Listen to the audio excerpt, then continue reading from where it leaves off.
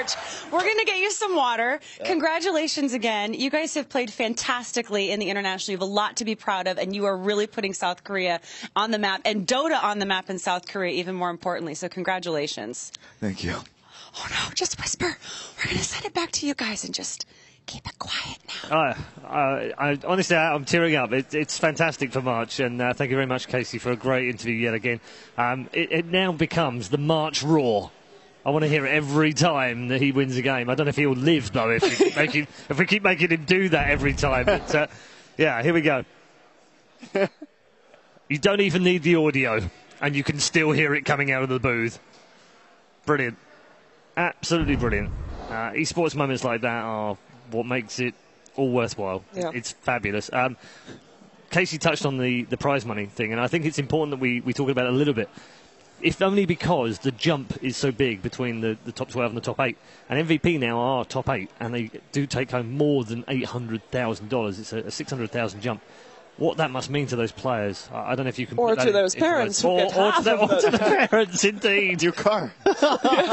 They're already like, yeah, they're celebrating back at home, throwing a party. What do you think, Shiva, with that kind of amount of money? I think at some point, I mean, obviously you're playing in the international. You know that there's $18 million, total prize pool. So you know you're playing for a lot of money. But I think at some point, a lot of money is going to turn into just a lot of money. You're going to win a lot of money. Be that $1 million, be that 200K, which is still a lot of money. I mean, it might not be 6 million, but, it's a lot of money still. And I think for these players right now, as Mark said, for them it's only like, try to be better, try to, prove yourself. I think the money, they're good, they're set. Like you said, they're playing without pressure. Yeah. I think the biggest part is probably a sense of accomplishment. Going as a wild card and being in top 8, that's already crazy. Yeah.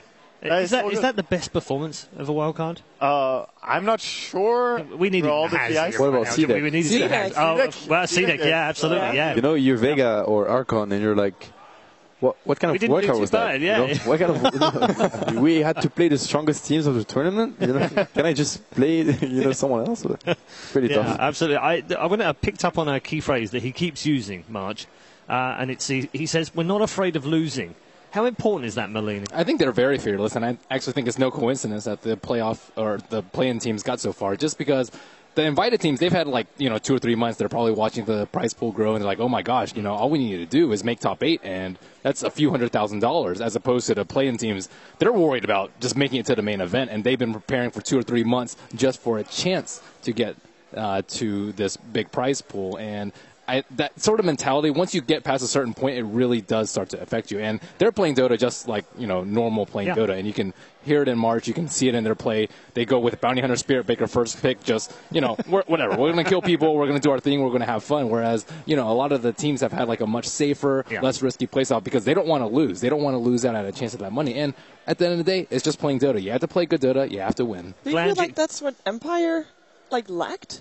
Like that fearlessness? Because that's normally the team Empire that we know, right? Yeah. I mean, Empire did play fearless. They tried to bring the fight to them, but this is what MVP has done every single game, though. And I think it's a big part of that as well, because saying that you're not scared and you're playing fearless is one thing if you're just farming and playing, a normal game of Dota.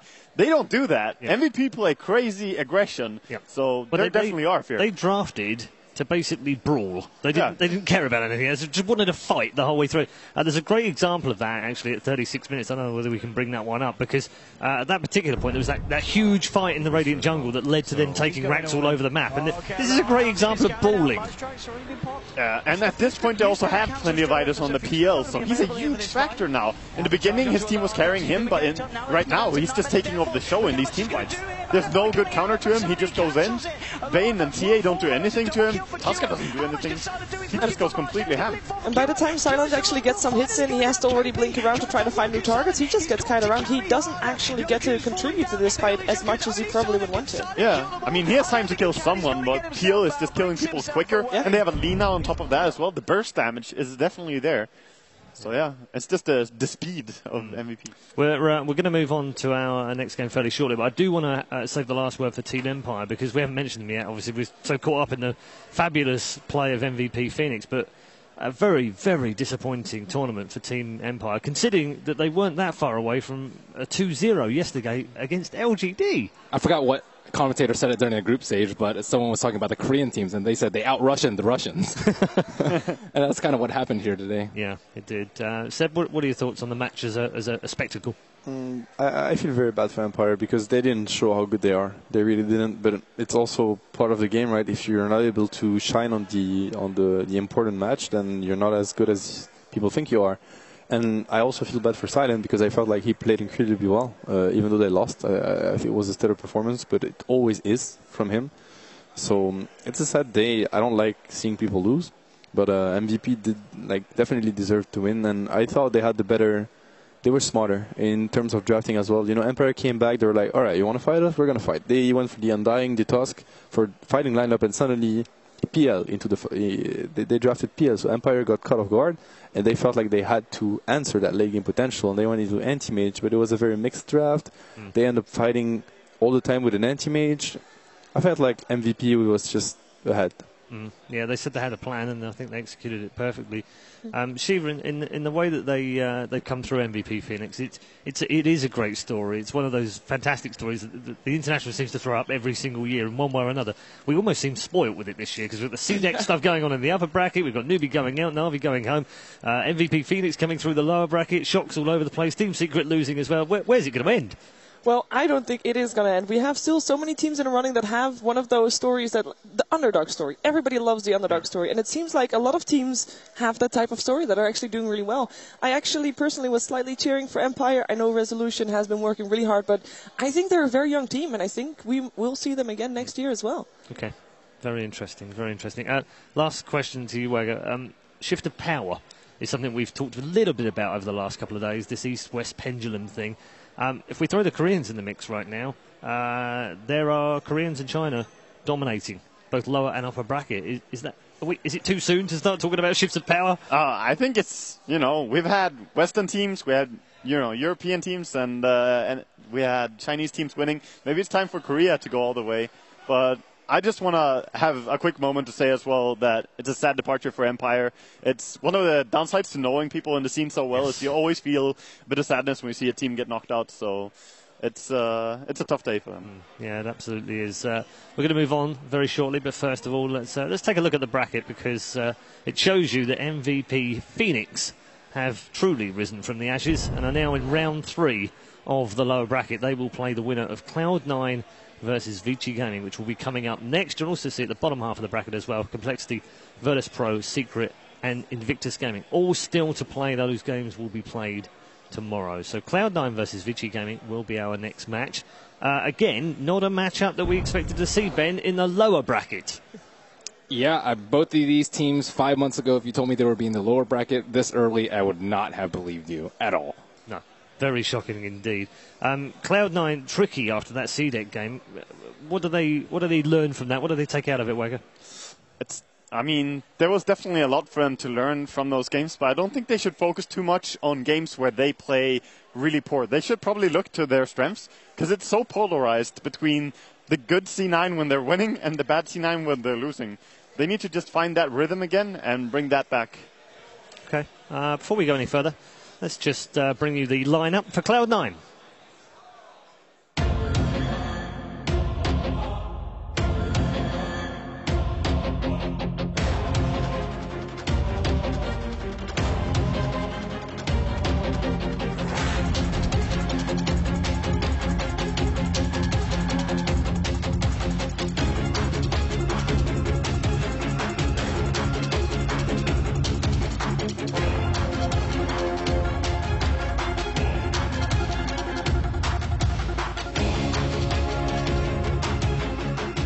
There we are then, the lineup for Cloud9, full of star players and star power. And what have they got that can be brought to the lower bracket? They are on the verge of that lower bracket, of course. Not perhaps where they thought they were going to be. Misery's going to lead the team out into the arena to, unsurprisingly, huge ovations, because they are a very popular team, it has to be said, not only with the fans online, but also with the fans here in the Key Arena. They are going head-to-head with a formidable foe as well. Here's the lineup for Vici Gaming.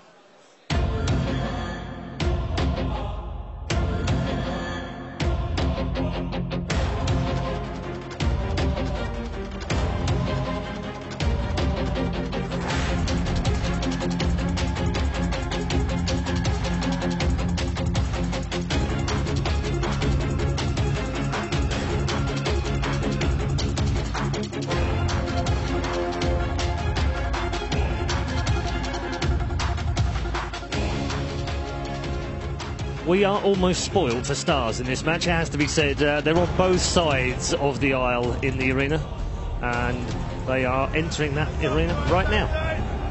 Ice, Ice, Ice on his way in. And Cloud9 also on their way. We've said it before, and, well, it bears repeating. Yet another huge match. They're all huge matches, let's be honest. At the International, it doesn't matter whether they're upper, lower, group stage or wild card. They're all massive games. After yesterday, this was the match that I look forward to the most, though, actually. For today, we've had really good games, and I feel we're always spoiled at that. The TI, we have the best games of the year, but this is the one that I look forward to the most. Why, specifically? I believe they could be really evenly matched, and I think that Vici Gaming versus C9 is a game that's hard to predict in any single way, not just because of C9's fluctuating results, but also because of how Vici Gaming has a good way of understanding them, I think. Okay, Seb? I really want to see Cloud9 bounce back because I thought yesterday they really underperformed. Also because they're like, to me, one of the only remaining hope of Western, like European Dota right now. European Dota has played 13 games so far, the main event, and won only 2 maps, not even games, just 2 maps. Like European Dota is then getting wrecked completely at TI. I'm a European player, so I'd like to see them do a bit better. Okay. Although I'm happy the Koreans and the Chinese and the Americans are winning, but come on, that's a bit harsh. 2-11. A bit harsh. Yeah. No, it is. You're right. I mean, I didn't want to say wrecked, and I'm glad you kind of did, because then, it was